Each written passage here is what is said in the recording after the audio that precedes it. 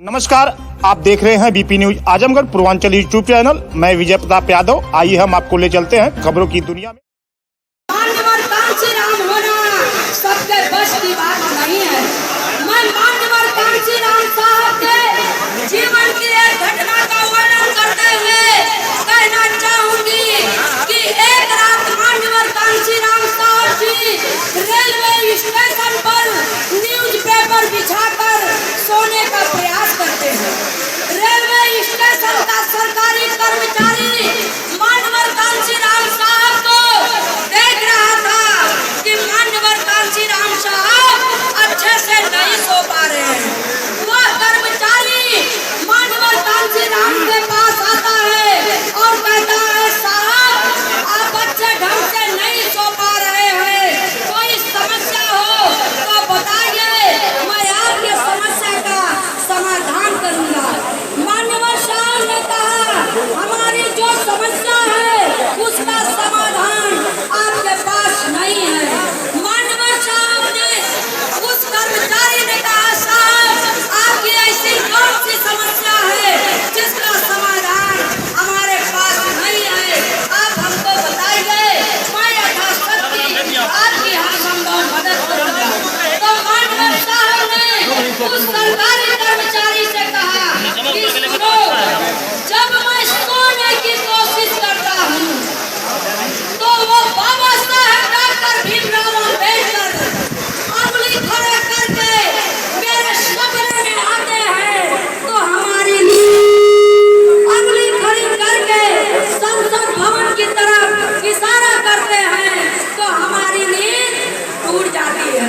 और मान्यवर साहब ने कहा कि जब मैं संसद भवन की तरफ देखता हूँ तो हमें बाबा साहेब डॉक्टर भीमराव अम्बेडकर के दुश्मन दिखाई देते हैं, जिससे हमारी नींद खराब हो जाती है। तो मान्यवर साहब ने कहा कि हमारे सवाल का हमारा यह सवाल है, क्या तुम उसका जवाब दे सकते हो? तो मेरे साथियों, आज मान्यवर साहब की जयंती है। आज वही सवाल मान्यवर साहब हमसे और आपसे कर रहे हैं।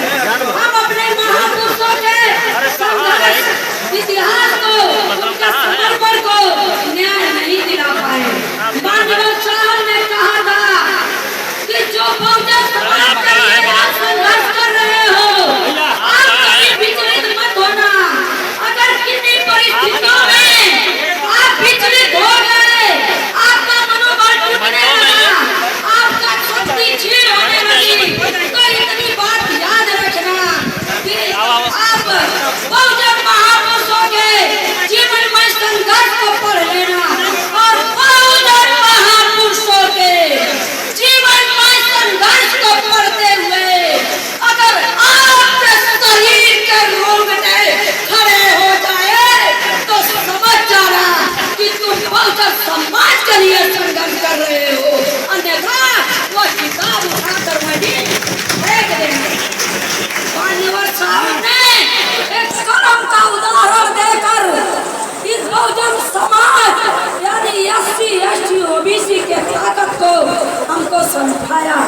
मान्यवर साहब ने कहा कि असली ताकत इस कवर में नहीं बल्कि नीचे लिखने वाली स्याही में होती है।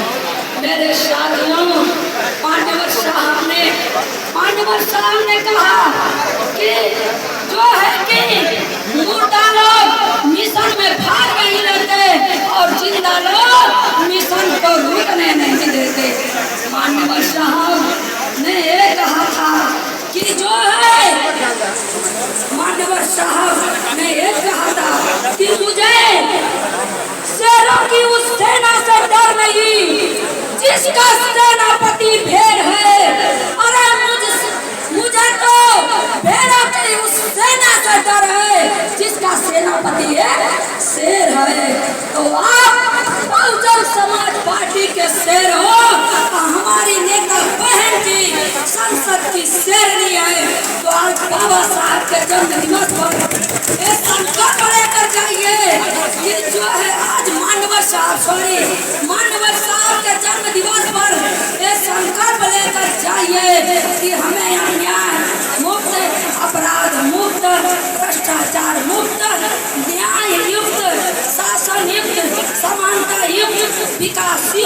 शासन चाहिए तो बहन कुमारी मायावती जी को 2027 में इस प्रदेश का मुख्यमंत्री बना दीजिए।